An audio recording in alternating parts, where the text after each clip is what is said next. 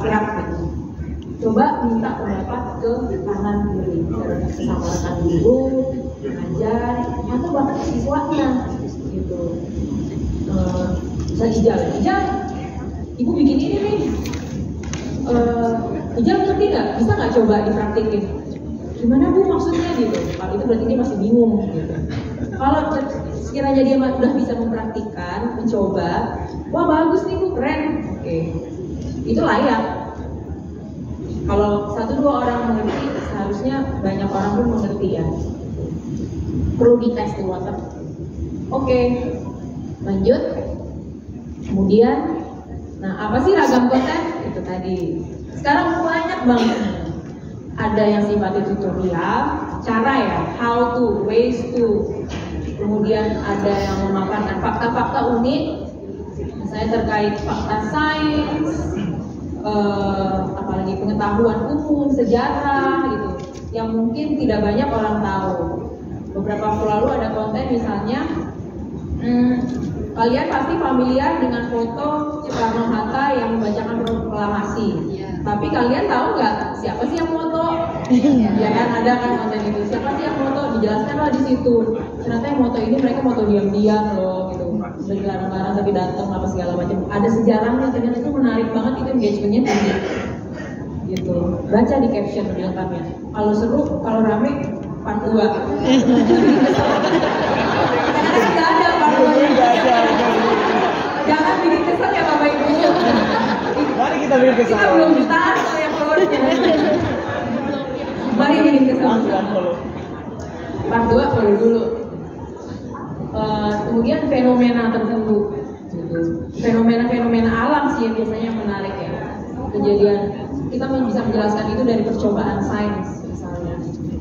Percobaan sains sederhana. Bagaimana warna bisa berubah gitu misalnya.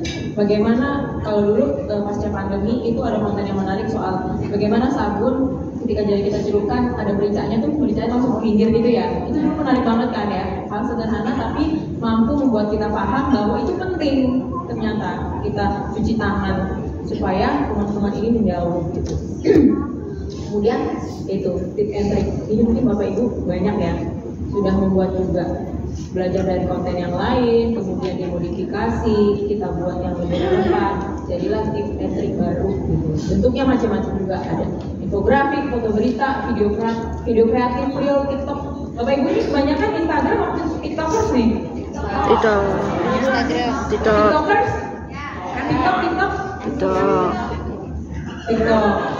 Kalau yang Instagram? Ya IG nih udah. Dua-duanya sama dominan. Semuanya. Jadi maksudnya gini, konten di Instagram sama nggak sama di TikTok? Sama. Sementara itu begitu karena belum ada tim ya. Karena tangan lintar ya Pak, bukan tim. Tapi intinya berusaha menghidupkan dua-duanya gitu ya, memanage dua-dua akun ini ya. Oke. Polling, ada yang pernah mengadakan polling? Story misalnya nanya. Itu kan kreatifnya kita aja mau bikin apa ya kayak gitu. Polling. Kuis. Ada yang suka ngasih hadiah pulsa nggak ke siswanya?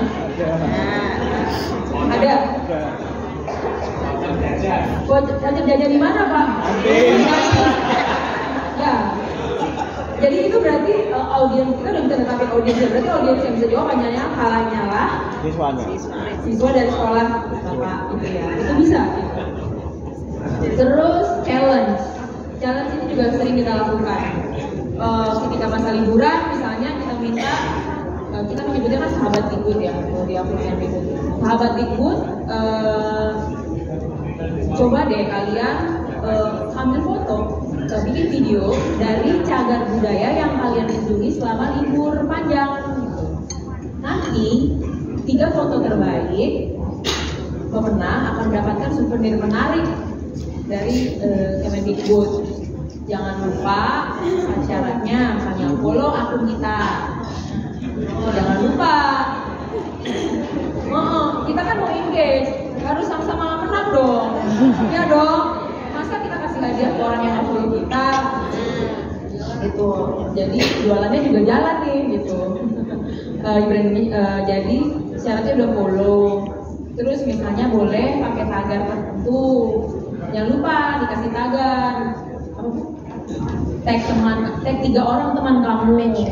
Boleh. Udah jangan main-main syaratnya, nanti dia pusing. Ini kalau bisa 1000 ya syaratnya banyak banget nih buat kuis gitu. Kalau tagar panjang-panjang itu juga nggak perlu sih sekarang, karena orang jadi keywords bukan naik ke tagar lagi. Tagar panjang itu untuk share ini aja cocok. Biasanya panjang-panjang. Sekarang udah nggak panjang ya karena udah lebih ngurus anak ya. Biasanya panjang gitu tagarnya. Oke, jadi tantangan challenge ini juga bisa untuk meningkatkan engagement, tapi dengan cara kita mau bikin apa nih, mau menantang followers kita apa, yang tadinya nggak terlalu tertarik sama akun kita pun mungkin bisa menarik gitu. Setelah menang challenge, bisa kita posting tuh kontennya misalnya, atau sekarang kita bisa kolaborasi, posting bersama. Itu kan salah satu strategi supaya sama-sama bertumbuh sebenarnya akun gitu. Boleh lanjut? Nah kuncinya, ini adalah kunci. Ini bukan syarat, ini kunci utama. Ini dirangkum, ini bukan pengetahuan saya pribadi, tapi dirangkum dari apa yang kita amati, kita pelajari, kita bandingkan juga dengan berbagai sumber, gitu ya. Satu tadi konsisten. Bapak Ibu cuma bisa menghasilkan konten ketika 1 minggu, nggak apa-apa. Jadi kan itu tabungan buat diunggah hari Senin, hari Rabu misalnya gitu.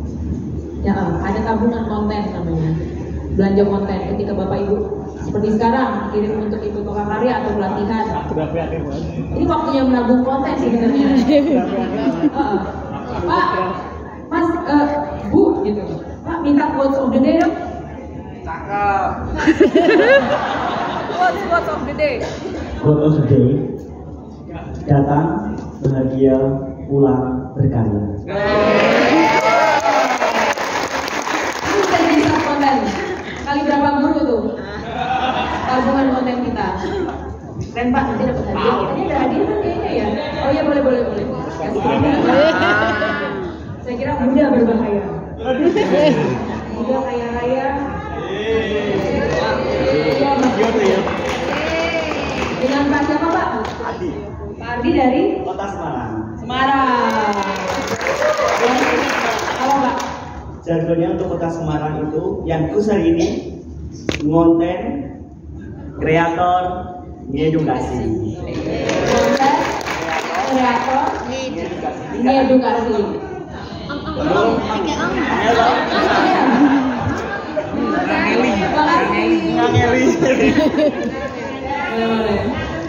Ngangeni.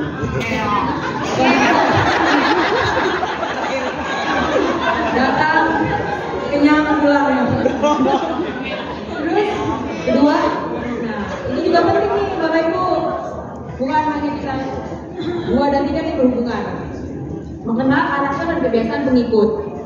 Dari sekian ratus ribu pengikut kita itu, berapa Pak? Berapa ratus ribu? 10 juta. Dari 10 juta pengikut kita itu, kebanyakan siapa? Siswa kah? Usianya berapa? SMA misalnya. Berapa usianya? Kebanyakan anak-anak SMA yang follow kita. Jadi kita ini emang dianggap role model gitu ya. Karena awet muda, karena guru yang menyenangkan di sekolah gitu, membawa pengaruh yang baik gitu. Kalau guru yang saya follow itu Pak Doni RMB dari Banyuwangi itu tiap jam istirahat siswa-siswanya banyak yang nemplok di kepala, dia tinggal taruh video gitu ya di mejanya, terus anaknya teriak apapun gitu, Pak, ada yang nurut bapaknya, ada yang emang sangat sedekat itu. Bahkan konten itu banyak banget yang like gitu, karena mungkin orang merasa tidak banyak guru yang bisa dulu di masanya dia, nggak ada tuh guru yang bisa seakrab itu gitu, bisa diglendotin gitu, jarang gitu. Jadi kekuatan juga dia adalah banyak anak yang kesel. Itu sih, itu nggak balik ibu saya 2000, ya udah sama saya 2000. aja pada benihnya. nggak berani. Tapi ini